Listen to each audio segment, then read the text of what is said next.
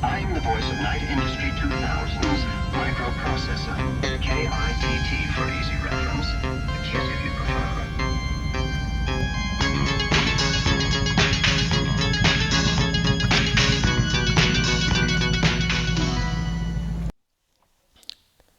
Welcome back for this, the last part of my conversation with Tom Greene. We will get lots of more anecdotes on Knight Rider from him today, so I hope you enjoy. Yeah. Tom, just a quick question. Sure. Just comes to mind. In Dead of Night, footage from the pilot show where the plane is blowing up is reused. When is that decided? Well, the end scene, we're going to use a plane that blows up. Let's just use that from the pilot show. That is exactly what it is. We do that all the time. We call it going to the morgue. Yeah. And you go into the morgue. There's a scene from Knight in Shining Armor, I think, where you see, is it David kind of sulking outside an estate and to go into the house? Or maybe it was maybe it's the burglar. Or the guy who kills him, kills the Indiana Jones character going there, and they use that in 2 other shows. Okay. Him going, use it to save time, whatever. I have, which I can't go into. I did that to the Ultimate, which is for a whole other, which is in my commentary actually in my other show, Tales of the Gold Monkey. But we will, go to the morgue, as they say, if you need something, and reuse it. And you have to be careful with that. And some shows do it to a point where you go crazy. One thing on sound, you get this, and Universal had this little group of sound things. And for years and years and years, and of course now it's completely outdated, there was one sound of a phone ringing. And for probably 1,000 TV shows and 500 movies, every time you heard a phone ringing, it would be this one sound. And there is, as you know, from Star Wars, people know that, and I've just forgotten the name of it, the something howl, the something yell, and it came originally from a low-budget Western of someone being shot off a horse. Yeah. But everybody, Spielberg, Luke, everyone has used that. But is it something that you do consciously when you write the manuscript, or is it when you finish the manuscript you just see, okay, this we can twist it just a bit, and then we can reuse some footage? That's a good question. Most of the time, on some things where I wasn't using footage, but I would use stock footage. Yeah. But for example, in my Western, they kidnap, as I told you before, when I was up in the atrium, they kidnap this boy, and he's put to work in child labor in a mine. And it's an amazing scene what they used to do, where they would pour these big nuggets of coal, and these kids are on this like incline, and they're picking rocks away from the coal, so just the coal's in there. And there is a brilliant movie that I remember called The Molly Maguires, about children labor and mining in Ireland. And I had remembered a shot that was that shot, and we could never reproduce that. So in that case, you will write in there, shot, and you put in a stock, and then, you can actually buy that. And, to buy the stock rights is 1 trillion times less than shooting it. And there are times in shows where there's been a really great stunt, or a lot of times where you'll see that in like a Knight Rider, is establishing of Knight Rider just going down a road or on the freeway or in a country road or something. And you'll see over and over and over again the same thing. It really doesn't matter. Oh, especially at night.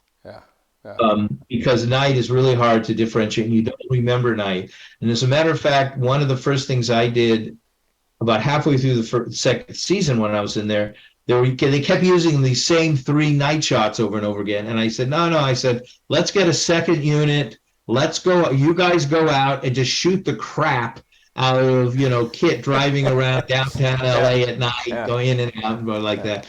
One of the real quick thing about that, which you do, you have to get permit.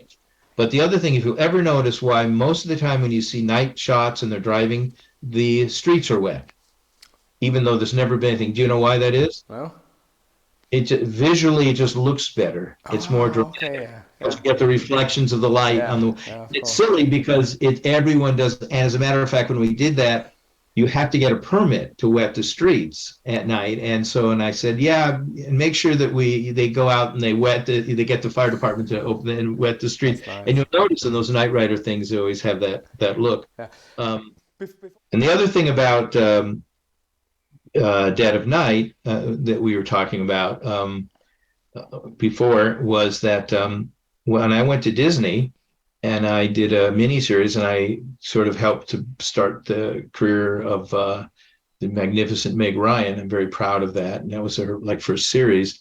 We actually, like in the old days, they actually screen tested people that they wanted for the part. In fact, there was someone at a high level at the network who had a mistress who wanted to be an actress, and she actually got a screen test, I think. I could be wrong, but none of them were any good. And then suddenly I get a videotape from an agent in New York with this incredible girl just sitting on a stool in his office telling jokes. And she had done, I think, some soap opera and some commercials and things before that, but this was her big break. But she didn't really have any film that she thought would be good. In those days, you surely didn't show people soap opera stuff. And we were at Michael Eisner, the head of Disney's, his house, looking at these screen tests. And then we actually had to go into his bedroom because this thing was on 3/4-inch video. And his only recorder player for it was in his bedroom, and he had to put it we sat on his bed. He had a TV, and he had it in the closet. I'm thinking, this man is, the most powerful man in the world. And, it was kind of sweet, kind of. Anyway, the reason I mention all that is that I said, and I had a character named Callie Oaks, and that's what that part was for. And they were really good. They really, in most cases, if I said I like her, I didn't, they would listen to me. They were like that. They were like that at Paramount, and I was at Paramount when they were there, and then when they moved over, and I give them credit for that. They didn't push them. They gave respect to the creator. Yeah.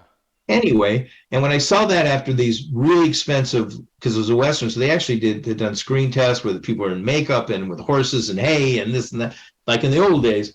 I said, none of those work. I said, but I'll tell you who's my Callie Oaks is that girl who's in that awful little badly lit video from her agent's office. And they went, what? I said, yeah, that's her. There's just no way. And then I said to them, and I'm not taking credit that he did it because of me. I said, as a matter of fact, I said, I would recommend that you get a 2 or 3 picture feature deal on her because she's going to be a big star. You could just tell. And now I don't know if it was because of me, but she did get a deal. And the irony, and the only reason I bring all this up was one of the very first things she did, and at Disney, was a remake of DOA. Yeah, movie. Yeah. Of DOA, which is why I brought that up, which is funny. And then she also, I talked to them about a remake. I had nothing to do with any of her movies, but I said to them, the other movie you remake is the one with Raquel Welch called Fantastic Voyage, where they shrink into this little molecule and go into a guy's body to save. And I think it was called Inner Space. But anyway, so that was kind of fun on that. We were talking about, I don't know, I think we did mention KITT crashing through the garage, the warehouse door, correct? Yeah. So that was it. Yeah.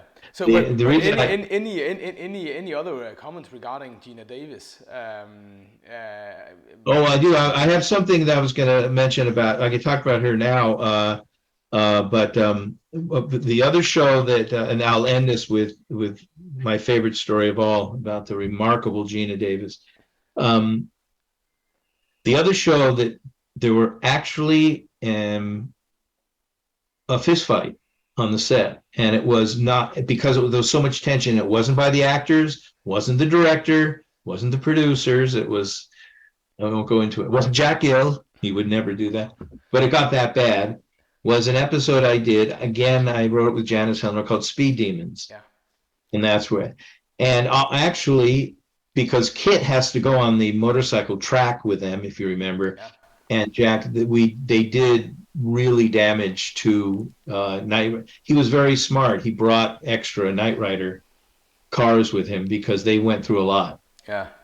Because it was down in we call Indian Dunes, where you see tons and tons of movies are done there, and and they were able to build this track. But it drove us all crazy because they had done Dalton, as you know, as tries a spinoff, and that was a terrible idea. And we weren't even aware, because what they said is, they came to Janice and they said, we want to do a spinoff with motorcycles. Now, I didn't, and I thought it was like a motorcycle gang, and I thought, oh, maybe it's, ironically, as I mentioned earlier on, they had to pay George Romero money because he did a motorcycle show called Night Riders, and they paid him off for that. And I'm thinking they want to do and I thought, what is this like? There was a wonderful Peter Fonda movie, Nancy Sinatra, called Wild Angels, about the Hells Angels, when I was a little kid watching that. And this is going to be about the Hells Angels, which was I don't know if it's still around, which is a motorcycle, gang here in LA. But so the problem with that show, and it drove us crazy, was that the network kept changing their mind and what was it going to be. And what it basically was, if you remember, was that someone sabotages and either kills or badly wounds someone on the track. Yeah. And now they got to find out, or if he's going to do it again, and to protect them, or who did it. If you remember, that was kind of it. But the idea is that these characters were going to be these real stunt heavy, guys that are kind of crazy and like extreme and whatever. Exactly. Yeah. But they kept changing it back and forth, and it's going to be this and it's going to be that. And different people were, fixing the track to do obstacle and stuff. And then when it was done, they'd say, oh, no, we're not doing that anymore. Now we're doing, what do you mean you're not doing it? And the thing that was so terrible about this, which then is in my, also my favorite, as we get to the ends of all this, Edward Mulhare's story, the director of this was named Bruce Greene, no relation to me, one who I knew, which I won't go into, but I knew for years and years and years and years. He's older than me, little older, years and years at Universal, and I'm this punk kid, and he's older, and he's really pushing himself forward. He was working on a project, and the studio said, oh, we want you to have this young kid, Tom Greene, working on that with you. So we did not get along years before that, because he thought, who is this crap kid, snotty nose kid? We ended up becoming incredibly close friends. He's one of the best directors ever. I used him in a lot of other shows. But he hadn't done something. I think he did a Magnum, and then he hadn't done something for a while.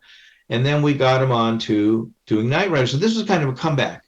And after this, by the way, the guy never stopped working. But you don't want to do this as a director. So he gets this, and he literally comes in the first day, and I'm there with someone from either the network, or it might have been, we had a supervising producer who didn't write, named Joel Rogerson, and which we didn't work with much. And he actually was on Magnum with us for a while. And I knew him for years.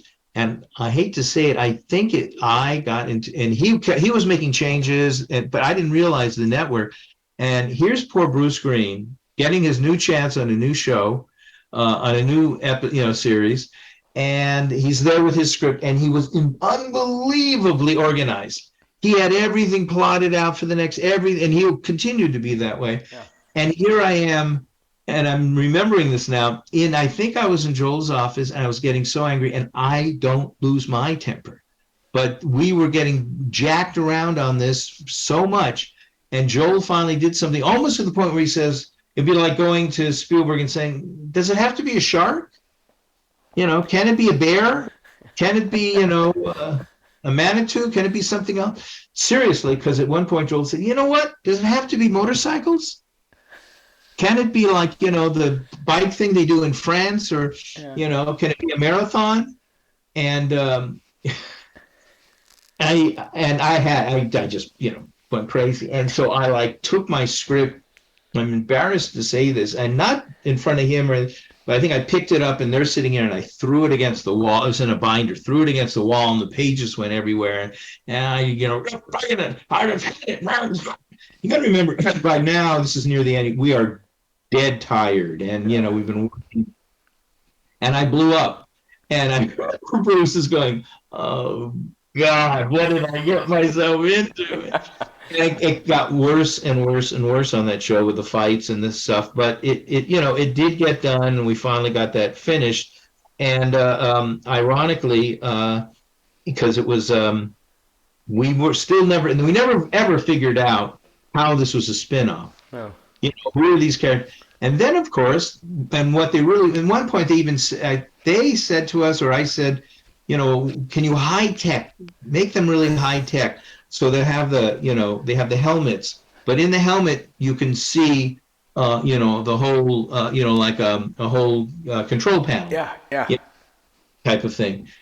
And I said, okay, so they're working for like an organization as a kit in their helmet, and then, no, we can't do that. It's too expensive. And that doesn't make sense because they're not within, or why would they have that in their helmet?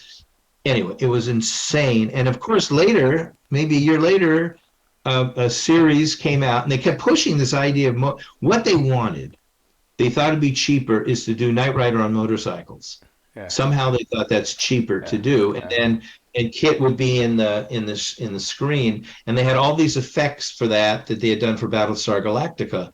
So they had all of the effects to do that because they had their great helmets, if you remember. And then there was a show called Street Hawk that lasted literally like 13 episodes. And I think really, it's not their fault. It just was nothing. It just, you didn't have David, you didn't have KITT, you didn't have any, it just didn't work. It didn't know what it was. It kept changing. The irony on that show, by the way, was so many of the guest stars of Knight Rider for some reason was on Street Hawk. Yeah. But that was what that was. And as a matter of fact, on Street Hawk, George Clooney was one of the people in one of his very first things that he did, and Turco, she was in it. And Christopher Lloyd also was in there, and a lot of other people, who went on, but didn't help the show at all. But the story, I've told the story before in another place, but I know you said I love to tell the story. Yeah. Was in Speed Demons, amongst everyone else, including one of the, not any, someone else on the show, a crew member, a high-level crew member, went berserk about something, was being asked to do it. I can't do this. It's too much. And, and he was going to have you can have the whole camera union. It wasn't John, the DP, but he could have that side of the union just walk off the set. Yeah. So poor Bruce Greene is working with that. At one point, which you always want to do at the end, which is fun, Devin is always talking about all of his accomplishments. And so near the end, there's that scene where he goes, well, of course, I used to do motocross. I was a big, during the war, I used to really, and he actually gets on a motorcycle, and that was shot at the Beverly Garland, which I mentioned in another show, I think, another thing here. There was an actress named Beverly Garland, and she had a hotel right by Universal it was really neat. It had all these flags of all the countries in the front of it. It was kind of fancy, and so we'd use it a lot. And that's where we shot the scene. And he's supposed to get on them, and he didn't realize that he has to get on the motorcycle, put on, and you have to see that I think even though he puts on that it's him, that makes it funny. You don't quite do and drives off, or zooms off. And Edward, we didn't realize, was absolutely 100% terrified of motorcycles. He may have been in an accident when he was younger, I think sitting behind in a motorcycle, but I absolutely refuse to become a clown and get on this motorcycle. You get some absolute. And Bruce saying, "Oh no, we can't. Jack can do that." So he says, "No. We have to see you for the joke. I mean, for the fun of it. That Devin gets on a motorcycle, and to our surprise, and then zooms off in the motorcycle. Yeah. And if we don't see your face, they just say, so what? You had, an extra. You had a stuntman do it." He says, "You don't figure it out. I'm through. I had it." And he literally, for the only and first time, went, up into, the dressing rooms are there. Went to, these trailers, went into his dressing room and slammed the door. And Bruce, poor Bruce, and now what's he going to do? You can't get someone else. You can't rewrite it. You need the scene. You're all building up to this, You rode motorcycles. And if he doesn't get it and we go over to another day, because it's, of course, later in the day, now that's the bane of a director. Oh, he was behind schedule. It costs more. You always hear that in features, but in television, you can't. It's like being not like missing a deadline. Yeah. You do not want to, so you don't want to go into meal penalty or golden time or any of these things. And Bruce didn't know what he was going to do. And a couple of other people had went in to talk to Devin, and you could hear, and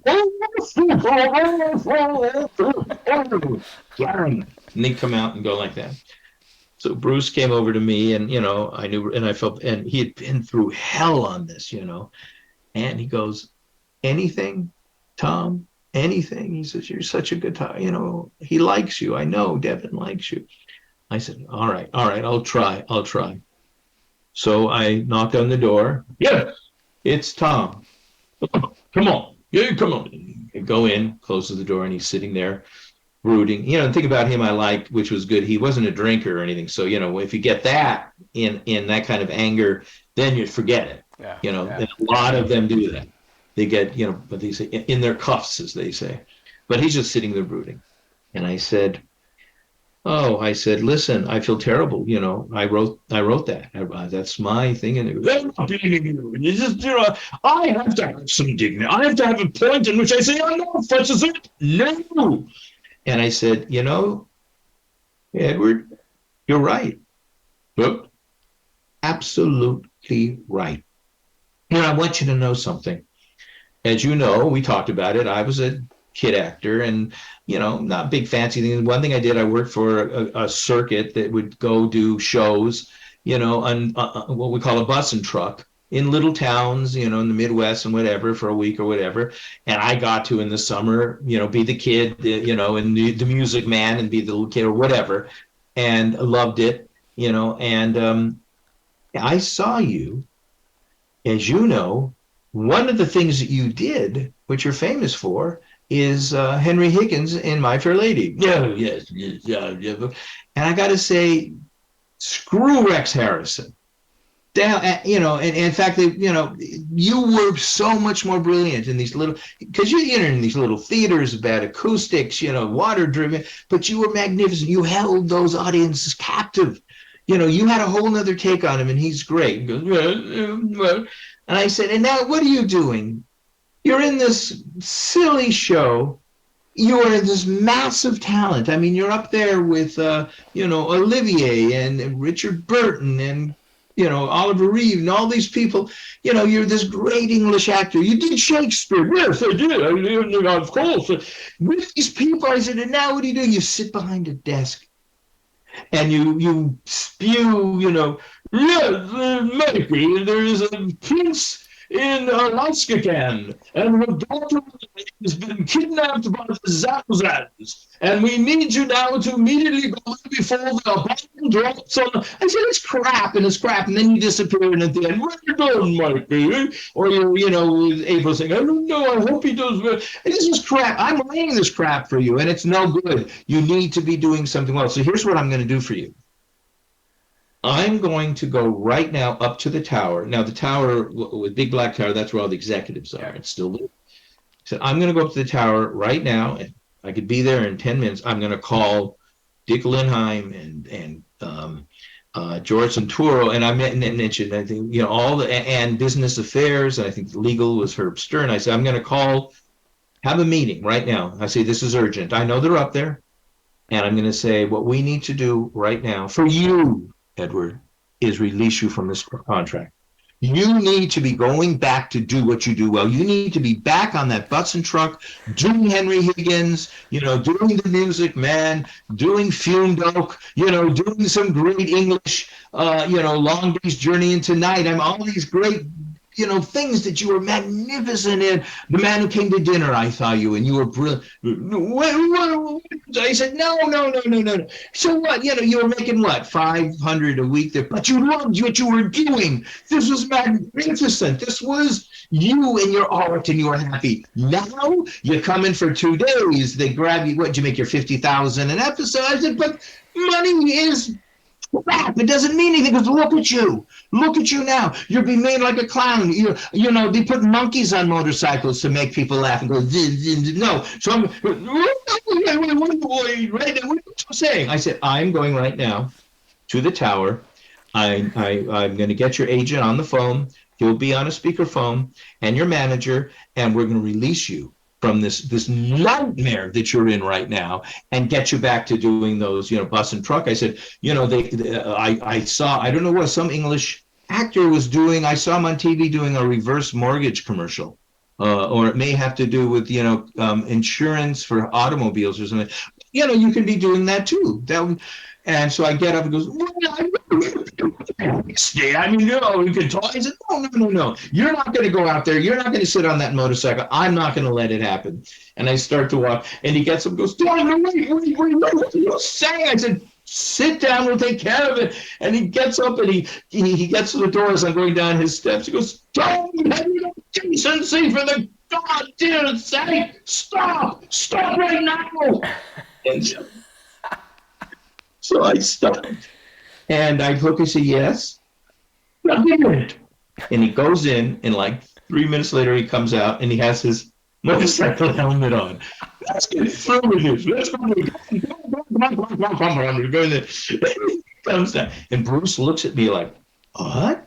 And he sits on the thing. Now, if you watch that clip, you will see the most terrified, uncomfortable human being you've ever seen in your life. But what I also realized, he was still, feeling the horror and the panic of thinking that he was going to lose his job and be back doing bus and truck. That was part of it, and you'll see that in the clip. It was really quite wonderful. That's brilliant. And stupidly, David, when he came in, and they got on so well. But David, of course, being the practical joker, he did it. And he goes over and he goes, "Oh, that's great. By the way, you have to pop a wheelie now." Where he goes, what? And I just, David, please. And Jack quickly came over and said, no. He says, no. I'm going to do that part. And in the thing, if I'm not mistaken, the way we cut it, he goes off, and then I think he actually does pop a wheelie as he goes off. I don't know if he actually used it. Yeah. But that was Jack, of course, doing the popping of the wheelie. But that was my absolutely favorite Edward story, and he was such a I loved him because, I'd seen, they had done him, actually, ironically, Rex Harrison did a movie called The Ghost of Mrs. Muir, and then they did a TV series with Hope Lang, and he played the ghost in The Ghost of Mrs. Muir, the TV series. Yeah. And one of my all-time favorite movies was Our Man Flint, and he was the bad guy in Our Man Flint and a lot of other stuff. And I've just always had a thing, also, when I did Thunder in Paradise, one of my other huge heroes was Patrick McNee from the original Avengers with the bowler hat, and Mrs. Peel, and all that. And he was in that, and I got to direct and we got to go off at night with his group, and he would tell stories because he was in that whole group. So that's one of the great advantages, is being able to work with these people. But I love that story. I'm so proud of that. And and there's a coda to that, by the way. I found out that he used to love to go to the Smokehouse, which is this old style restaurant. It was across from Warner Brothers, actually. And actually, it was Leonard Nimoy's favorite place, too. And he wasn't a big drinker, but he would like to go there and hold court with a lot of the people. He would have one little drink or two, but he loved their food there. It was very kind of like English pub food. Yeah. But anyway, I heard that when that aired, and his people around, they said, "Edward, wow, I didn't know you can ride." And he said, "And that was you?" And he says, "Yes, and I poked that wheelie." God love him. Yes, and I poked that wheelie. And that's an American expression, which makes it even funnier. He had heard Jack say that, but yes. Yes, you can say. Yeah. Oh, I was going to say, it goes on and on with all of these, but before I leave, I have one last story I want to share with you guys, and I'm really, really proud of. When we were doing the shows, as you know, we were having problems with getting actresses, not only that were good, but Dave is like, again, 6'6", and a lot of except for Anne Turkel, they weren't, and so it was very hard for the the directors and the DP and that, because, you know, the girls in these shows would come up to his waist and or his kneecaps. And I kept saying, you know, we've got to get tall girls to be in this. And when actually Janice Hitler had written Kit the Cat, that was a very meaty character. It was a very meaty part. And I said, no, we got to really get someone special who also is charismatic and tall, I said, and as tall as David or near as tall.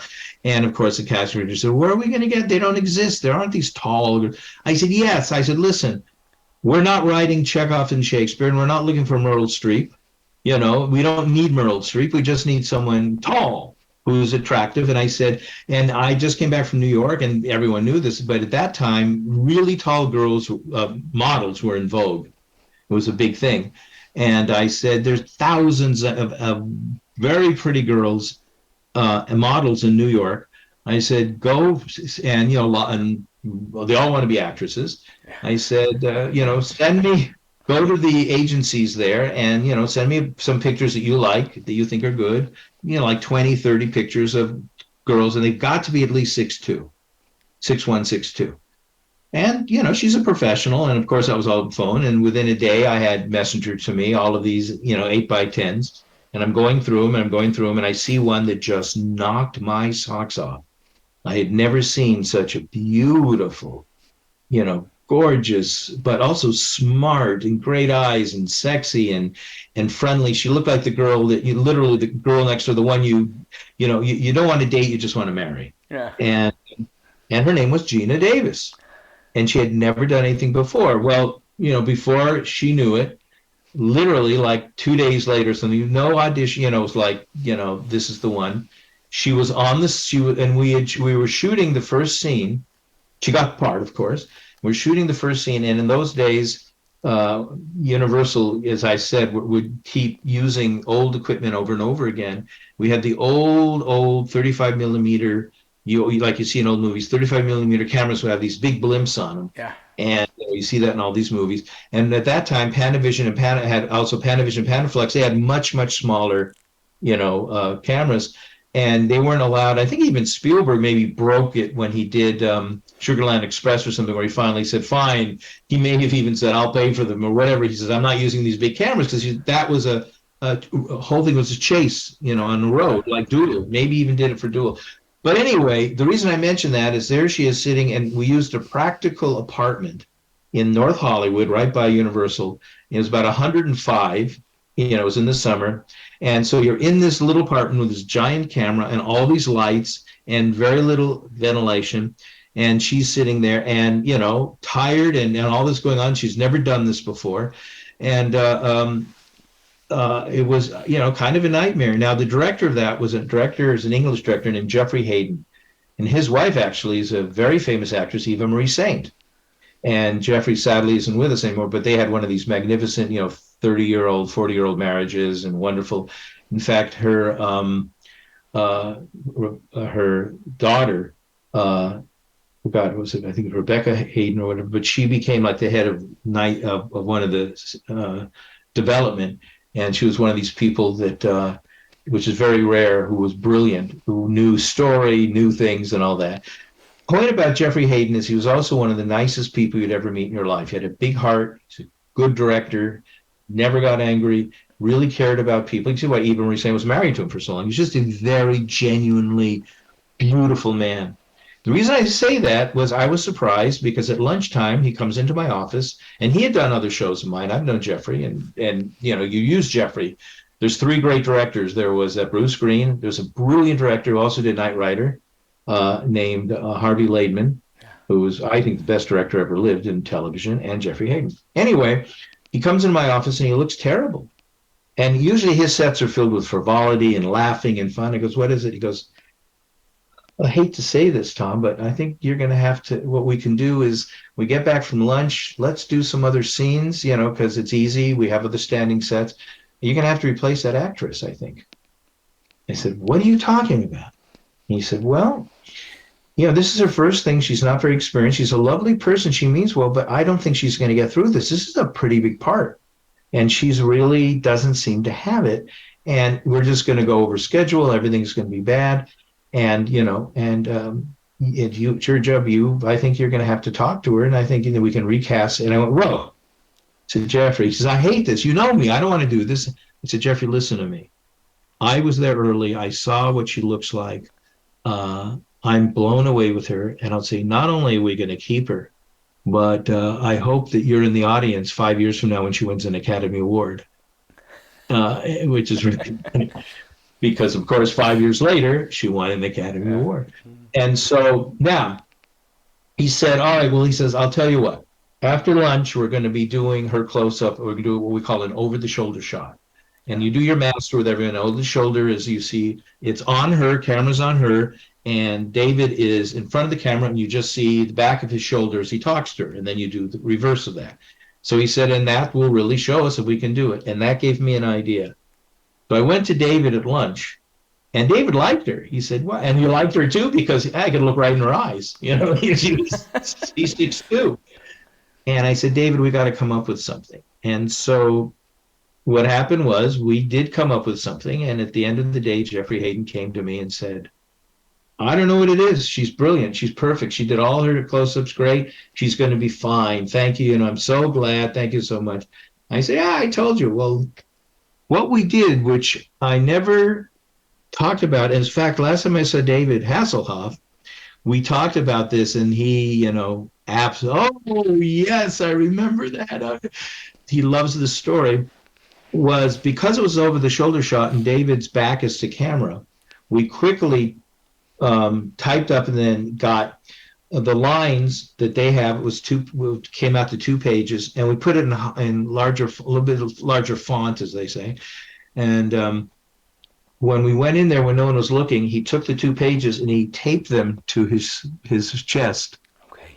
So that when she was talking, now she hardly looked at them, but it's like, Dumbo and the feather so you can fly. It gave her confidence. Yeah. Here are the lines, and if I have to, I can just look down, and see the lines, which she didn't do. And that's what got her through the whole thing, was taping those on. And as a matter of fact, at the end of the show, I received, I don't know. Well, of course she knew because she saw that we taped these. She wrote me just a lovely thank you letter, which I wish I still had, about, because she realized what had happened. But, it's there's lots of other stories like that, but it's moments like that. And I've had the great joy with her, with Meg Ryan, Kim Basinger, with her first project stuff, with people that come in and, and I'm not saying, I discovered it, but you feel you may have had, something to do with giving them that spark. Because the last thing is this is such a insane business, and none of it is based on, if you're a painter, so you paint and you have a painting, or, you build a house, you can do that. Or if you're a cook, you can cook. Our business is all frivolous. It's all winning the lottery or not winning the lottery. And I always say to people in this business, never attach your sense of happiness and success or depression and failure on anything that happens in this business, because nothing has anything personally to do with you. It's all happenstance, So anyway, but that's, and as I've said before, I talk a lot about the show, and I could talk about tons of other shows, but it was a real family, a great crew, and David, and it was fun. And most important, I have to say, and thanks to people like you, after all these hundreds of years since we did it, the fact that these shows are, that there's a group of people who really, really love the show. Yeah. And it makes us really proud, because we didn't know that, but we were trying to raise the bar a little bit and to have fun, but not to talk down to people, and to do stuff that you just, if you have a hard day, you're going to come home and you're going to enjoy it without feeling you're talked down to, and everyone gets credit. I mean, everyone did, great job. Great music, by the way, I always love it. Yeah. And, to this day, one of the last thing I would say is I just found this out 2 days ago. On the iPhone, you can get ringtones, and they cost, like, from Apple. Yeah. And they cost like $1.99. one of the top ringtones, stillest of all time, is dun dun dun dun dun dun dun dun dun dun. It's the Knight Rider Thanks to theme. Stu Phillips and Glenn Larson for doing that. Yes. So, yeah, and Tom, thanks for doing this. The man who kept Edward Mulhare on the show as Devon Miles. I think all Knight Rider fans around the world owe you big time for that effort. So, Yeah. So thanks so much for taking time to give us all these great stories. In some respect, Tom, I don't think we're fully finished, but we are for today. So thanks a lot. My pleasure. I mentioned this to you before because, as you can, it's not easy to shut me up. But if I have the time, I can't promise that I could maybe do this. If some people that watch this have other questions, exactly. That's let them get in touch with you, and maybe at some point, which you see all the time, I'll do a Q&A and say, Garth Lover from, Liverpool, someone has this question, and and I would love to answer that. I've done that in convention stuff. It's fun. I like it too because what this does, like this did, is it brings our cobweb brains. It brings back memories that have kind of been put away into a little storage shed, and now you could relive. I mean, every time telling the Devon story, suddenly being back in that hot trailer with him, trying to get him to, and that was, and it was so, I was having such a good time.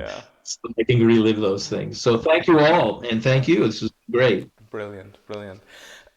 Well, that was it. All good things have to come to an end. Also, this long conversation with Tom Greene, and I want to thank Tom for taking the time. He spent a lot of time doing this, and thanks so much for revealing all your memories and stories regarding Knight Rider. I hope you've all enjoyed it. Take care.